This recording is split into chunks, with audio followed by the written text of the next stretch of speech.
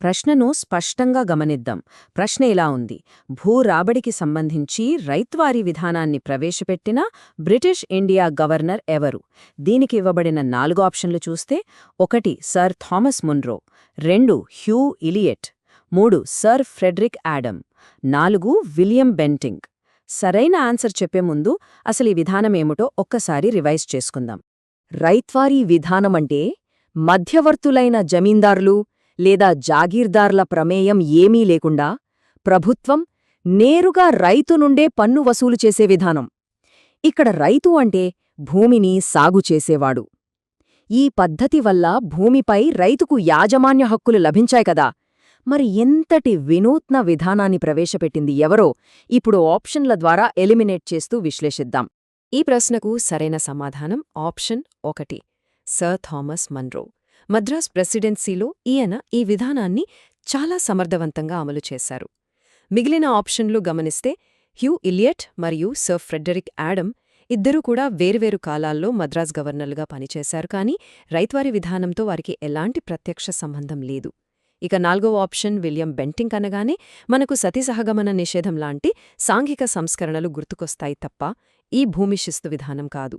కాబట్టి first option అనేది పక్కా correct answer. ఈ ప్రశ్న చాలా సూటుగా ఉంది చూడండి.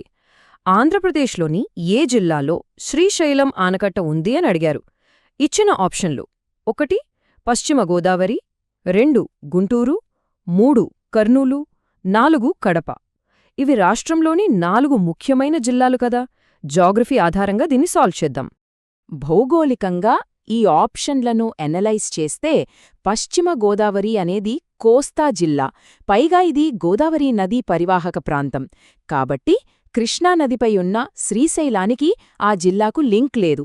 గుంటూరు జిల్లా పరిధిలో నాగార్జునసాగర్, ప్రకాశం బ్యారేజీలు వస్తాయి, కానీ శ్రీశైలం రాదు. అలాగే కడప జిల్లా ప్రధానంగా పెన్నా నది బేసిన్ కిందకొస్తుంది. ఇక మిగిలింది ఆప్షన్ 3 కర్నూల్. ఇదే సరైన సమాధానం. కృష్ణానదిపై కర్నూల్ జిల్లాలో నల్లమల అడవుల మధ్య ఈ శ్రీశైలం డ్యాం నిర్మించబడింది. ప్రశ్నను ఒకసారి గమనిద్దాం.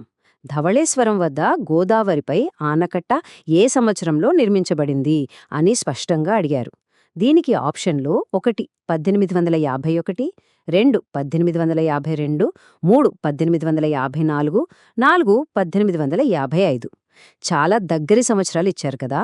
కాబట్టి ఇక్కడ హిస్టారికల్ డేటా ఖచ్చితంగా తెలిసుండాలి. ఈ టైమ్లైన్ చూస్తే మనకు ఇట్టే క్లారిటీ వచ్చేస్తుంది. సర్ ఆర్థర్ కాటన్ గారు గోదావరి డెల్టాను సస్యాశ్యామలం చేయడానికి 1847లో ఈ ఆనకట్ట నిర్మాణాన్ని స్టార్ట్ చేశారు. 5 ఏళ్లపాటు అలుపెరగని కృషితో 1852 నాటికి దీని నిర్మాణం పూర్తి చేశారు. కాబట్టి సరైన ఆప్షన్ 2 అనగా 1852 అన్నమాట. ఇక్కడ ఇంకో ఇంట్రెస్టింగ్ పాయింట్ ఏమిటంటే, ఈ పాత ఆనకట్ట స్థానంలోనే 1970ల కాలంలో కొత్త బ్యారేజ్ని నిర్మించారు. అదే మనం ఇప్పుడు చూస్తున్న సర్ ఆర్థర్ కాటన్ బ్యారేజ్. 4వ ప్రశ్న ఇలా ఉంది: 1808 ఏడీలో దున్నేవారి నుంచి నేరుగా భూ ఆదాయాన్ని సేకరించే విధానమైన రైత్వారీ వ్యవస్థను ఎవరు స్థాపించారు? ఆప్షన్లు మళ్లీ అవే రకంగా ఇచ్చారు చూడండి. 1 Thomas Munro, 2 Henry Avery, 3 Lord Wellesley, 4 William Hodson. ఇందాకటి అంశమే ఇక్కడ సంవత్సరం యాడ్ చేసి అడిగారంతే.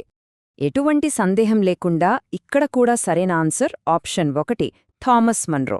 కానీ ఇక్కడ మనం ముఖ్యంగా ఆప్షన్ 3 గురించి మాట్లాడుకోవాలి. లార్డ్ వెల్లెస్లీ అనగానే మనకు వెంటనే సైన్య సహకార పద్ధతి లేదా సబ్సిడియరీ అలయన్స్ గుర్తుకు రావాలి. భారతీయ రాజులను కంట్రోల్లో ఉంచడానికి ఆయన తెచ్చిన పద్ధతి అది. అసలు భూమి శిస్తుతో ఆయనకి ఎలాంటి సంబంధం లేదు. ఇక హెన్రీ ఏవిరీ, విలియం హోడ్సన్ అనే పేర్లు అసలు కాంటెక్స్ట్కి సరిపోవు కదా.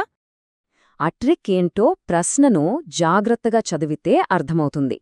కింది వాటిలో బ్యారేజ్ మరియు అది ఉన్న జిల్లా యొక్క సరికాని జతను ఎంచుకోండి. గమనించారు కదా, మనం వెతకాల్సింది కరెక్ట్ ఆన్సర్ కాదు, సరికాని ఆన్సర్. ఆప్షన్లో 1 Sunkesula barrage Kurnool, 2 Prakasam barrage Krishna, 3 sir Arthur Cotton barrage పశ్చిమ గోదావరి, 4 గొట్టా బ్యారేజ్ శ్రీకాకుళం. ఏది తప్పుగా జత చేయబడిందో కనిపెట్టాలి మనం. టేబుల్లోని డేటాను ఒక్కొక్కటిగా అనలైజ్ చేద్దాం.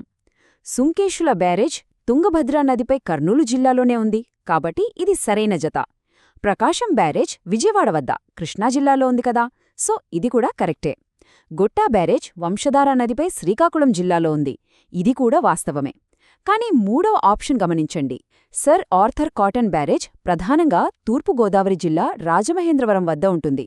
కాని ఆప్షన్లో పశ్చిమ గోదావరి అనిచ్చారు. కాబట్టి ఈ మూడవ ఆప్షన్ అనేది సరికాని జత. సో మనకు కావలసిన ఆన్సర్ ఆప్షన్ 3 అన్నమాట.